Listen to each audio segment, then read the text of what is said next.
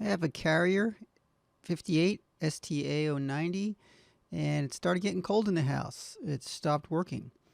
This unit is about 19 years old.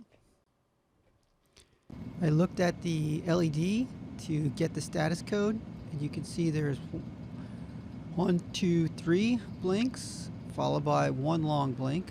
So the status code is number 31. So let's see what we have for status code 31. In my case, it's a defective inducer motor. Now, how do I know that? Zooming back out here, here's the inducer motor. It's been making noise for a couple months. If I manually spin it, I can actually get it to start. At least today I was able to do that. It's been making noise for quite a few months, whining a lot. I should have replaced it earlier, but today I'm going to show you how to replace it. There's 3 wires you have to remove, a white one and a black one. Make sure you remember which one goes where. Just pull those 2 out. And then there's also a green ground wire that you have to unscrew from the unit. Next, you're going to remove the 3 mount point screws that hold the inducer fan onto the furnace. The 2 that are shown here in the picture, and the third one is behind the black fan. You can see it here in this next picture. And here I show everything disconnected. So the 3 mount points and the 3 wires. It was useful to have a flexible screwdriver to get that top right mount point off. That might help you. Okay, so now we're ready to actually pull the unit out. Gently grab the unit and pull it straight out towards you. And here you can see the unit removed from the furnace with the fan now showing in the back. My thumb here is on the motor, the inducer motor. That's the part we need to replace.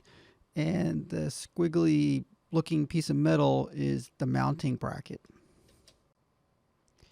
The inducer wheel, earlier I called this the fan, it's really the wheel. The inducer wheel is connected to the inducer motor axle with a set screw.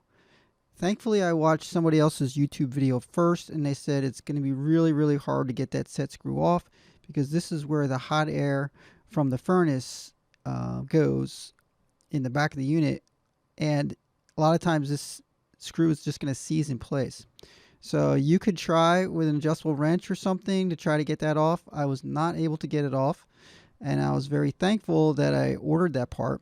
But we need to reuse this mounting bracket, otherwise we got to pay like another $100, which is ridiculous, for the mounting hardware.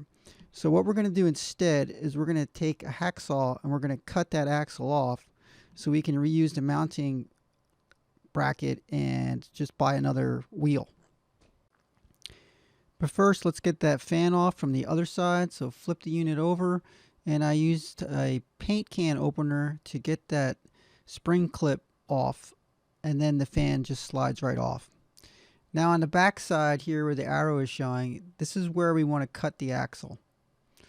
So putting our inducer motor into a vise and getting out our hacksaw, we were able to cut through that in no time. I used an 18 tooth per inch bimetal blade, and we got through that axle in no time. I think it was like 10 strokes and we cut right through it. And here it is, separated, and now we have access to that mounting plate, and we can separate that and we can get to the 3 screws we need to remove to disconnect the inducer motor from the mounting bracket. And here is the motor removed from the mounting plate. I stuck the 3 screws back into the motor just so you can see where they were attached.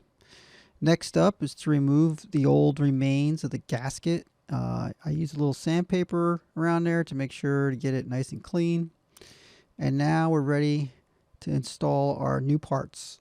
I ordered all my parts from supplyhouse.com. I am not affiliated with them in any way. I just found their prices and shipping to be reasonable. Okay, so after attaching your inducer motor back onto the mounting bracket, you want to stick the wheel on the axle and make sure you put the inset screw where the flat part of the axle is, because the rest of it is round and this one area is flat.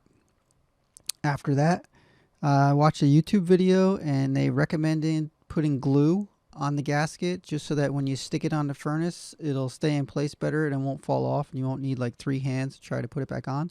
That worked well for me. So put your entire mounting bracket system thingy back into the furnace, and here you can see it's reattached. Make sure you reattach the 3 wires and the 3 mounting posts.